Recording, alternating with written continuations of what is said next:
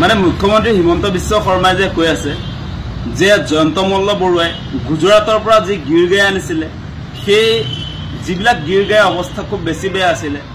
যিবিলাক বেমাৰী গিৰ গাই আছিলে, সেই বেমাৰী গিৰ গাইবিলাক নিজৰ ঘৰলৈ আনি এটা নতুন জীৱন প্ৰদান কৰা হৈছে। সেই গিৰ গাইসমূহ তেওঁ আচলতে প্ৰতিপালন কৰি এটা অৱস্থালৈ লৈ আহিছে। গতিকে জয়ন্ত মল্ল বৰুৱাক পুৰস্কাৰহে দিব লাগে, অনাহকত তেওঁৰ বিৰুদ্ধে গৰু চোৰ আখ্যা তেনেকুৱা ধৰণৰ কথা বতৰা ক'ব নালাগে। এনেকুৱা ধৰণৰ কেতবোৰ কথা মুখ্যমন্ত্ৰী হিমন্ত বিশ্ব শৰ্মাই কৈ থকা আমি দেখিছোঁ যে তেওঁৰ মতে, মুখ্যমন্ত্ৰী হিমন্ত বিশ্ব শৰ্মাৰ মতে গৰু খুটিলে অনা গৰু যে চুৰ কৰিলে, আজি জয়ন্ত মল্ল বৰুৱা গৰু চুৰ জয়ন্ত মল্ল বৰুৱাক তেখেতে পুৰস্কাৰ দিব লাগে বুলি কৈছে। কেনেকুৱা ধৰণৰ অদ্ভুত কথা মুখ্যমন্ত্ৰীয়ে কৈছে আপোনালোকে নিশ্চয় দেখিছে। মানে জয়ন্ত মল্ল বৰুৱাক আমি কৈ আছিলোঁ যে তেওঁৰ ঘৰত যি ৬০-৭০টা গিৰ গাই আছে বুলি কৈছে, সেই গিৰ গাইবিলাক ক'ৰ পৰা আনিল তাৰ হিচাপ আমি বিচাৰি আছিলোঁ। তেওঁতোতো আপোনাৰ গৰু খুটিলে অনা ২০টা গিৰ গাইহে তেওঁ ঘৰলৈ নিয়াৰ কথা কৈছে, বাকী ৪০টা ক'ৰ পৰা আহিলে সেই কথা বতৰাবিলাক অসমৰ ৰাইজে জানিব খুজিছিলে। এতিয়া জয়ন্ত মল্ল বৰুৱাৰ পক্ষত অৱস্থান কৰি মুখ্যমন্ত্ৰীয়ে কৈছে যে আপোনাৰ এই জয়ন্ত মল্ল বৰুৱাই যি গিৰ গাই, বেমাৰী গিৰ গাই ঘৰত আচলতে লালন পালন কৰিছে, তেওঁক আচলতে অসমৰ মানুহে পুৰস্কাৰ দিব লাগে বুলি কৈছে। গতিকে সেই কথাটো আমি ক'ব খোজোঁ যে মুখ্যমন্ত্ৰী ডাঙৰীয়া, আজি আপোনাৰ সতীৰ্থ মন্ত্ৰী জয়ন্ত মল্ল বৰুৱাই নিজৰ পকেটৰ ধনেৰে আচলতে গিৰ গাই ক্ৰয় কৰা নাই। আজি গিৰ গাই ক্ৰয় কৰাৰ পাছত আজি গিৰ গাইৰ কাৰণে আপোনালোকে নিশ্চয় দেখা পাইছে দুগ্ধ উন্নয়ন নিগমৰ ফালৰ পৰা ৫০ লাখ টকা ৰাজসাহায্য দিয়া হৈছে। গতিকে ৰাজসাহায্য মানে হৈছে ৰাইজৰ টকা। গতিকে ৰাইজৰ টকা দি আপোনাৰ ঘৰত তেওঁ গিৰ গাই পোহাৰ নামত ৫০ লাখ টকা লৈছে, তাৰ পাছত তেওঁ পুৰস্কাৰ দিয়াৰ প্ৰশ্ন আহে নেকি? সেই কথাটো কওক আপোনালোকে। ৰাইজৰ টকা ৫০ লাখ টকা ল'ব তেওঁ গিৰ গাইৰ নামত, তাৰ পাছত এই চুৰ কৰা গিৰ গাই আপোনালোকে নিশ্চয় গম পাইছে যে ২০টাহে ক্ৰয় কৰিছে, বাকী ৪০টা ক'ৰ পৰা কি আহিছে সেই কোনো তথ্য নাই আজিৰ দিনটোলৈকে। গতিকে সেই মানুহজনক আমি পুৰস্কাৰ দিব লাগে বুলি কৈছে, সেই কথা আপোনালোকে বিশ্বাস কৰিব নেকি? বা মুখ্যমন্ত্ৰীয়ে ক'লেও আপোনালোকে চাওক যে তেওঁ বাক পটুতাৰে মুখ্যমন্ত্ৰী হিমন্ত বিশ্ব শৰ্মাৰ কথাৰ যি তেওঁ প্ৰেজেণ্টেশ্যন, ভাল ভাল কথা কৈ আপোনালোকৰ মনটোৱে তেওঁ খেলি মেলি কৰি দিব। এতিয়া চুৰ এজনক বচাবলৈ গৈ, গৰু চুৰ এজনক বচাবলৈ গৈ তেওঁ এতিয়া পুৰস্কাৰ দিব লাগে বুলি কৈছে গৰু চুৰক। এনেকুৱা ধৰণৰ কেতবোৰ কথা মুখ্যমন্ত্ৰীয়ে কৈছে, আপোনালোকে নিশ্চয় দেখা পাইছে। আৰু এটা দ্বিতীয় প্ৰসংগটো হৈছে যে তেওঁ কৈ আছে ধুবুৰীত কুৰবানীৰ সময়ত কেইবাশ আচলতে গৰুক ৰেপি ৰেপি কাটি দিয়া হৈছে বুলি কৈছে। আৰে কুৰবানীৰ সময়ত গৰু ৰেপি ৰেপি নাকাটি কি কৰিব?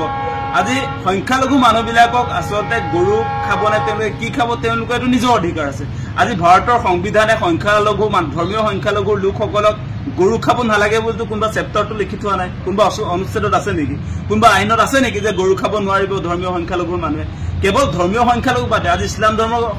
বাদ দি আজি মেঘালয়ত দেখোন খ্ৰীষ্টান ধৰ্মৰ মানুহবিলাকে গৰু খায়। আজি আমাৰ অসমৰ একেবাৰে সীমাত থকা গুৱাহাটী একেবাৰে গাতে লাগি আছে মেঘালয়, গতিকে মেঘালয়ৰ মানুহে গৰু খায়। আজি গাৰো খাচীয়া মানুহবিলাকে গৰু খায়, আপুনি মেঘালয়ত গৈ গৰু খাব নোৱাৰিব বুলি ক'ব পাৰিব নেকি? আৰু অসমৰ ক্ষেত্ৰতো যিবিলাক ধৰ্মীয় সংখ্যালঘুৰ মানুহ, তেওঁলোকৰ কোনো আপোনাৰ গৰু খোৱাৰ ক্ষেত্ৰত তেওঁলোকে গো মাংস খাব নে কি মাংস খাব সেই ক্ষেত্ৰত কোনো ধৰণৰ নিষেধাজ্ঞা নাই। ৰাজহুৱা স্থানত নাখাব পাৰে, কিন্তু তেওঁলোকৰ কুৰবানীৰ সময়ত বা ঈদৰ সময়ত এইটো গৰু চলে চলিবই। কোনে কি খাই খাই থাকক, তাত কিন্তু মুখ্যমন্ত্ৰী এজনে সোমাব নালাগে। আজি হিমন্ত বিশ্ব শৰ্মাক দেখিছোঁ, তেওঁ এতিয়া আপোনাৰ হিন্দু ধৰ্মৰ কিবা প্ৰবক্তাৰ নিচিনাকে, ধৰ্মীয় গুৰুৰ নিচিনাকে আজি হিন্দু ধৰ্মৰ যেনেকে আপোনাৰ গো মাতা বুলি কোৱা হৈছে, সেই গো মাতাটো আপোনাৰ আজি খ্ৰীষ্টান ধৰ্মত গো মাতা বুলি কয় নেকি? আজি আমি গো মাতা বুলি নকওঁ, আমি হিন্দু ধৰ্ম যদি আমি গো মাতা বুলি নকওঁ, আজি আপোনাৰ এই ইছলাম ধৰ্মৰ মানুহবিলাকে গো মাতা বুলি যদি নকয়। গতিকে তেওঁলোকে গৰু মাংস খাব পাৰে,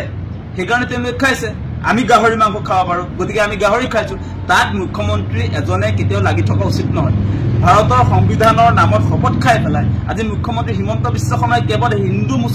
মুছলমান গৰু মাংস গাহৰি মাংস সেইবিলাকত লাগি থাকিব নেকি? অসমৰ যিবিলাক মৌলিক সমস্যা সেইবিলাকৰ ক্ষেত্ৰত তেওঁলোকৰ কথা বতৰা নাথাকিব নেকি? আজি বান গৰাখহনীয়াৰ ক্ষেত্ৰত হিমন্ত বিশ্ব শৰ্মা চৰকাৰে কি পদক্ষেপ লৈছে আপোনালোকে নিশ্চয় দেখিছে। তেওঁলোকে মাথাউৰি বনাই আপোনাৰ বাৰিষাৰ সময়ত, সেইকাৰণে আজি মাথাউৰি ছিগি আমাৰ নিজৰ জেগাত আজি লখিমপুৰ পানীগাঁও আমতলাত কেইবাটা পৰিয়াল, মানে 10টাতকৈ বেছি পৰিয়ালে চেন্নাই বেংগলোৰত হাজিৰা কৰি কৰি 10 লাখ টকা ইনকাম কৰি আছাম টাইপৰ ঘৰ সাজিছিলে। সেইবিলাক আপোনাৰ দুৰ্বল মাথাউৰিৰ কাৰণে আজি ঘৰ উটুৱাই লৈ গুচি গ'ল। তাৰ দায়িত্ব ল'ব নাই হিমন্ত বিশ্ব শৰ্মাই। গৰু গাহৰিত যে লাগি আছে, আজি আপোনালোকে নিশ্চয় দেখিছে কেনেকুৱা ধৰণে আচলতে মূল্যবৃদ্ধিয়ে সাধাৰণ মানুহক জ্বলা কলা খুৱাইছে। আজি পেট্ৰল ডিজেলৰ মূল্যবৃদ্ধিটো যি বাঢ়ি গ'লে, সেইটো কমাৰ নাম নলয় কেতিয়াও। আজি আপোনালোকে নিশ্চয় দেখা পাইছে ঔষধৰ যি ধৰণৰ দাম বৃদ্ধি হৈছে এইবিলাক কথা মই মাজে মাজে কৈ থাকো মূল ইস্যুবিলাকৰ ক্ষেত্ৰত যিহেতু চৰকাৰ নুসুমায়ে আজি আপোনাৰ শেহতীয়াকে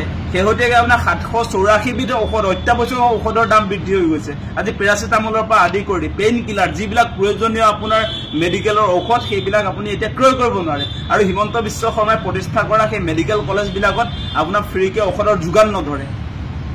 যিমান প্ৰেছক্ৰিপশ্যনত লিখি দিব ডাক্তৰে সব বাহিৰৰ মেডিকেলৰ পৰা কিনিব লাগে সেইবিলাক বিষয়ক লৈ দেখোন চৰকাৰ কোনো ধৰণৰ কথা বতৰা নাই এতিয়া যিবিলাক বিষয় লৈ আচলতে এতিয়া মাংসক লৈ যেতিয়া নেকি মুখ্যমন্ত্ৰীজন লাগি থাকিব সেইবিলাকতো মুখ্যমন্ত্ৰীৰ কাম নহয় আজি আপোনাৰ মানুহৰ খাদ্যক লৈ মানুহৰ খোৱা বস্তুক লৈ কেতিয়াও মুখ্যমন্ত্ৰী এজন লাগি থাকিব নালাগে আচলতে আৰু গৰু মাংসৰ কথাটো মই কৈছো যে গৰু মাংসৰ ৰাজহুৱা স্থানত নিষিদ্ধ কৰাৰ ফলস্বৰূপে আমাৰ যিবিলাকে গৰু পোহপালন কৰি আমাৰ মাজুলীত যিবিলাক কৃষক ৰাইজ আছিল আমাৰ মিচিং মানুহ আছিলে তেওঁলোকে এতিয়া দামত গৰু বিক্ৰী কৰিব নোৱাৰে এতিয়া আগতে যিবিলাক গৰু আপোনাৰ দাম 50-60 হাজাৰ আছিলে সেইবিলাকৰ দাম এতিয়া 20,000 টকা হয় গতিকে লোকচানকাৰ হৈছে এটা গৰু খোৱা মানুহবিলাকে 20,000 টকাত আপোনাৰ গৰু পাইছে আজি আমাৰ যিবিলাক খেতিয়ক ৰাইজ যিবিলাকে আসলে গৰু পোহপালন কৰি নিজৰ ল'ৰা ছোৱালীক এডমিশ্যন দিয়ে স্কুলত যিবিলাকে আপোনাৰ নিজৰ ঘৰত কাৰোবাৰ যদি বেমাৰ হয় গুৰুতৰ বেমাৰৰ সময়ত সেই ল'ৰা ছোৱালী ট্ৰিটমেণ্ট দি কৰিবৰ কাৰণে আপোনাৰ গৰু বিক্ৰী কৰিবলগীয়া হয় ছেভিং একাউণ্টৰ নিচিনা গৰু গতিকে এইবিলাক আপোনাৰ আমাৰ যিবিলাক কৃষক ৰাইজৰ বজাৰ আছিলে গৰুৰ সেই বজাৰটোতে হিমন্ত বিশ্ব শৰ্মাই নাইকিয়া কৰিলে আজি আমাৰ মানুহে ভুগি আছে আপোনালোকে সেই কথাবিলাক বিবেচনা কৰক প্ৰতিবাদো হৈছে আজি জুনাই চিলাপথাৰ বা মাজুলীৰ কৃষকে প্ৰতিবাদ কৰিছে গতিকে এনেকৈ কোনো কাৰণতে সাম্প্ৰদায়িক ৰাজনীতি ৰাজ্যৰ মুখ্যমন্ত্ৰী এজনে কৰি থকা উচিত নহয় বহুত সমস্যা আছে আজি ৰান্ধনীবিলাকে খানাপাৰা সিদিনা প্ৰতিবাদ কৰা আপোনালোকে দেখিছে তেওঁলোকক 2000 টকাত গোটেই দিনটো কাম কৰিব লগায় যিটো সময়ত আপোনাৰ জয়ন্ত মল্ল বৰুৱা কেবিনেট মন্ত্ৰী 3 লাখ আপোনাৰ 55,000 দৰমহা পায় মাহিলী তাৰপৰা এই ৰান্ধনীয়ে কিমান পায় 2000 টকা আজি আপোনাৰ অংগনবাড়ী সহায়িকাই পায় 3250 টকা আজি অংগনবাড়ী আপোনাৰ কৰ্মীগৰাকীয়ে পায় 6500 টকা আৰু এইবিলাক আশা কৰ্মীবিলাকে কি পায় আপোনাৰটো কোনো মাহিলী তেনেকুৱা দিয়া নিয়ম কমিশ্যনহে দিয়ে কিবা এটা গতিকে এনেকুৱা বহুত সমস্যা আছে আজি মানুহবিলাক আপোনালোকে নিশ্চয় দেখা পাইছে যে চলিব নোৱাৰা অৱস্থাৰ কাৰণে 1250 টকাৰ কাৰণে তেওঁলোকে হাহাকাৰ কৰি থাকিবলগীয়া হৈছে আজি অৰুণোদয় পাবৰ কাৰণে কিমান মানুহ প্ৰতিবাদ মুখৰ হৈ আছে আপোনালোকে সেই কথাবিলাক বিবেচনা কৰক গতিকে ৰাইজৰ অৱস্থা বেয়া ৰাইজৰ অৱস্থা ভাল হোৱা হলে 1250 টকাৰ কাৰণে এতিয়া ৰাজপথলৈ ওলাই নাহে এই প্ৰচণ্ড গৰমৰ সময়ত গতিকে মূল বিষয়বিলাকৰ পৰা আঁতৰি এতিয়া আপোনাৰ গৰু গাহৰি এইবিলাকতে লাগি থাকিব তাৰ কাৰণে কি হয় আপোনালোকে চাব যে আমি মূল সমস্যাবিলাক পাহৰি গৈছো অসমৰ ৰাইজক মূল সমস্যাৰ পৰা ডাইভাৰ্ট কৰিবৰ কাৰণে গৰু গৰু গৰু কৰি 26ৰ নিৰ্বাচনী বৈতৰণি পাৰ কৰিব খুজিছে হিমন্ত বিশ্ব শৰ্মাই ল'ব নাই হিমন্ত বিশ্ব শৰ্মাই গৰু গাহৰিত যে লাগি আছে আজি আপোনালোকে নিশ্চয় দেখিছে কেনেকুৱা ধৰণে আচলতে মূল্যবৃদ্ধিয়ে সাধাৰণ মানুহক জ্বলা-কলা খুৱাইছে আজি পেট্ৰল ডিজেলৰ মূল্যবৃদ্ধিটো যি বাঢ়ি গ'লে এটা কমাৰ নাম নলয় কেতিয়াও আজি আপোনালোকে নিশ্চয় দেখা পাইছে ঔষধৰ যি ধৰণৰ দাম বৃদ্ধি হৈছে এইবিলাক কথা মই মাজে মাজে কৈ থাকো মূল ইস্যুবিলাকৰ ক্ষেত্ৰত যিহেতু চৰকাৰ নুসুমায়ে আজি আপোনাৰ শেহতীয়াকে আপোনাৰ 784 বিধ ঔষধ অত্যাৱশ্যক ঔষধৰ দাম বৃদ্ধি হৈ গৈছে আজি পেৰাচিটামলৰ পৰা আদি কৰি পেইন কিলাৰ যিবিলাক প্ৰয়োজনীয় আপোনাৰ মেডিকেলৰ ঔষধ সেইবিলাক আপুনি এতিয়া ক্ৰয় কৰিব নোৱাৰে আৰু হিমন্ত বিশ্ব শৰ্মাই প্ৰতিষ্ঠা কৰা সেই মেডিকেল কলেজবিলাকত আপোনাৰ ফ্ৰীকে ঔষধৰ যোগান নধৰে যিমান প্ৰেছক্ৰিপশ্যনত লিখি দিব ডাক্তৰে সব বাহিৰৰ মেডিকেলৰ পৰা কিনিব লাগে সেইবিলাক বিষয়ক লৈ দেখোন চৰকাৰ কোনো ধৰণৰ কথা বতৰা নাই এতিয়া যিবিলাক বিষয় লৈ আচলতে এতিয়া মাংসক লৈ যেতিয়া নেকি মুখ্যমন্ত্ৰীজন লাগি থাকিব সেইবিলাকতো মুখ্যমন্ত্ৰীৰ কাম নহয় আজি আপোনাৰ মানুহৰ খাদ্যক লৈ মানুহৰ খোৱা বস্তুক লৈ কেতিয়াও মুখ্যমন্ত্ৰী এজন লাগি থাকিব নালাগে আচলতে আৰু গৰু মাংসৰ কথাটো মই কৈছো যে